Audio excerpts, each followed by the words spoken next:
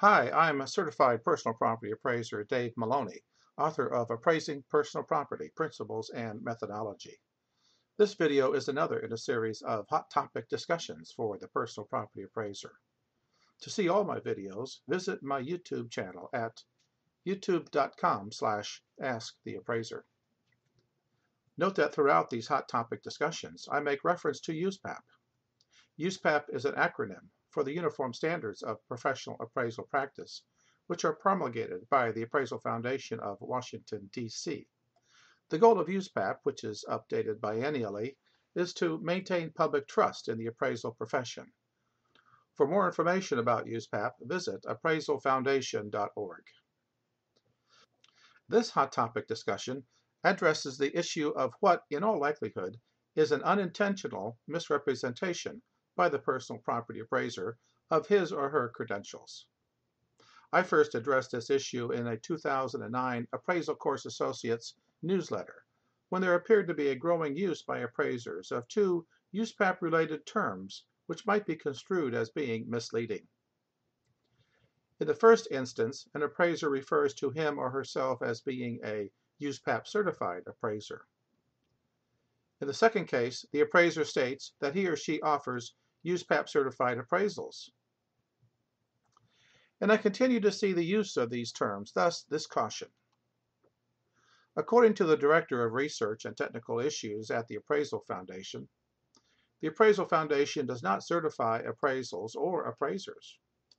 This alone should give one pause when considering whether or not to make use of either of the two questionable terms.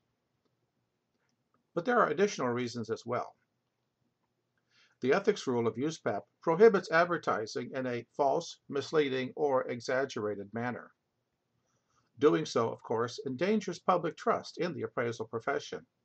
And recall that maintaining the public's trust is the primary reason for the development of USPAP in the first place. So, one must ask the question, if the Appraisal Foundation does not certify an appraiser or an appraisal as being USPAP certified, who possibly could? The answer is, of course, that there is no such entity. So promoting oneself as such is indeed false and misleading. Misleading the public is one thing, but for those who promote themselves in this fashion, a fairly obvious additional downside would be during deposition or court testimony, when the opposing attorney might take an appraiser to task for promoting him or herself as being a USPAP certified appraiser or offering USPAP certified appraisals, when the Appraisal Foundation itself has stated that no such type of appraisers or appraisals exist. In addition to the obvious reason of attempting to give themselves a competitive edge, why do appraisers use such terms in the first place? Let's first discuss the use of the term USPAP certified appraiser. Some appraisers feel that since they have successfully completed the 15-hour National USPAP course and have received a piece of paper, referred to as a certificate of course completion, that they are entitled to refer to themselves as being USPAP certified, despite there being no entity that does such certification.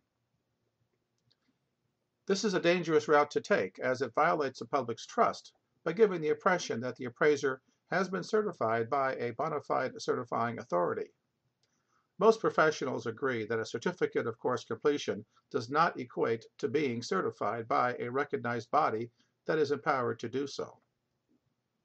The former requires warming a seat and maybe passing a test, but the latter requires a certifying entity, usually a professional society or a governmental agency, attesting to the fact that an individual has done whatever it is that is required by the entity for awarding of the certified designation. On a related issue, I think I can safely say that on every occasion in which I have been asked by a prospective client, "Are you a certified appraiser?" the caller really means to ask whether or not I have satisfied the requirements of a bona fide certifying body, that is, a professional organization authorized to train, test, and attest to the fact that I have met all of its requirements for becoming certified. Callers are definitely not interested in whether or not I simply have a piece of paper stating that I completed a course, which, by the way, may actually be only one of several steps required by a certifying body in order to become certified. What the public is really interested in finding out is whether or not I have satisfied all the requirements of a bona fide certifying body. By the way, when clients call, they sometimes ask about my societal designation. Are you certified? They ask. I have never been asked if I am a senior member, nor have I been asked if I am an accredited or an associate member. It's always, are you certified?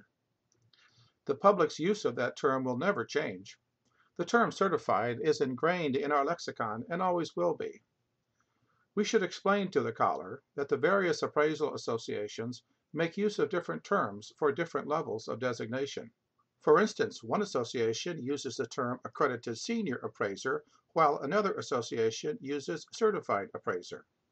And, while different, both terms represent the highest level of designation attainable within their respective societies. But what the caller really should be asking is whether or not the appraiser has earned a designation, call it what you may, that attests to typically required accomplishments, such as having attended the 15-hour National USPAP course, passing its test, and remaining current in USPAP. It should also require attending a core course in the fundamentals of appraising and passing the associated tests. It should also include successfully submitting a sample USPAP compliant appraisal report for review by a qualifying body, in demonstrating product knowledge, and in having the requisite number of years of market-related experience.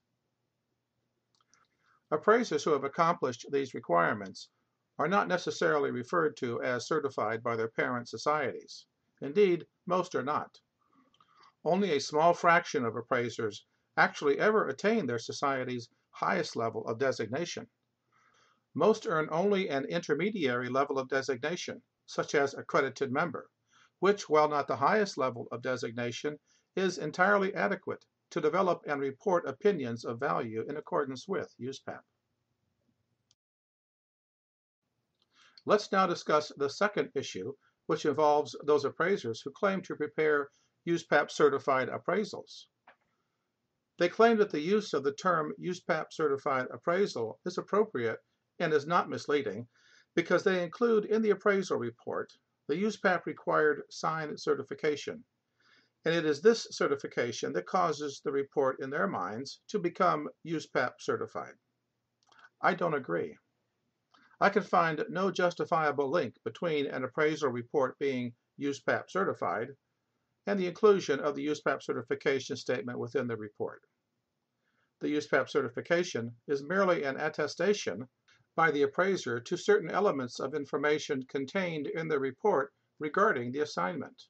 Simply including a USPAP certification in the report does not satisfy the public's understanding and indeed their expectation that a USPAP certified appraisal, if one existed, would be one which had been reviewed and found USPAP compliant by a bona fide credentialing authority.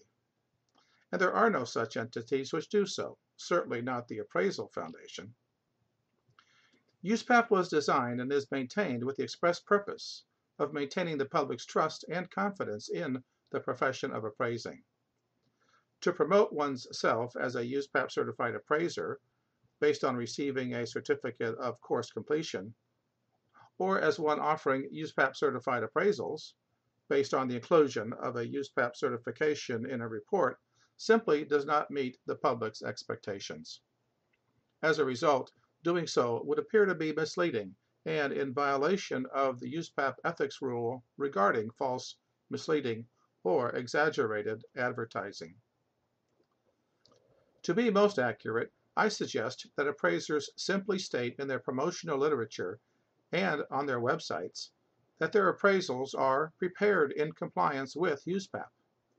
This is a non-misleading way to emphasize that your assignments are performed in conformity with the generally accepted standards of USPAP.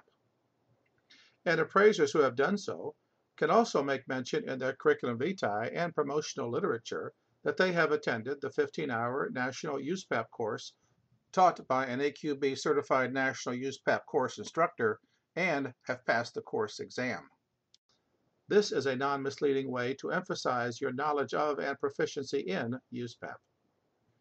And finally, a related faux pas is making use of the acronym USPAP by itself behind one's name as a designation lookalike. That too is misleading. The public expects that acronyms following a professional's name amount to a designation, that is, an earned recognition awarded by a professional organization that attests to the fact that the individual has complied with whatever it is that the organization requires for earning the designation.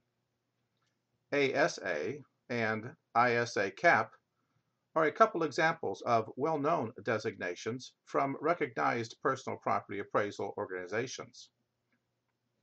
USPAP after one's name, on the other hand, means, in fact, nothing. Placing USPAP after one's name is misleading the public, to say the least, and would appear to also violate USPAP's ethics rule admonition against false and misleading advertising. The bottom line is that in order to preserve the public's trust in the profession, it is of paramount importance that, among other things, appraisers promote themselves in a manner which is not misleading. Moreover, regarding using the term certified, it is imperative that such use be truthful, transparent, and conforming to societal standards, as well as to the public's well-documented expectation of what is meant by the term certified. This concludes this hot topic discussion. For several hundred pages crammed with how-tos for the personal property appraiser, get a copy of my book, Appraising Personal Property, Principles and Methodology, at appraisalcourseassociates.com.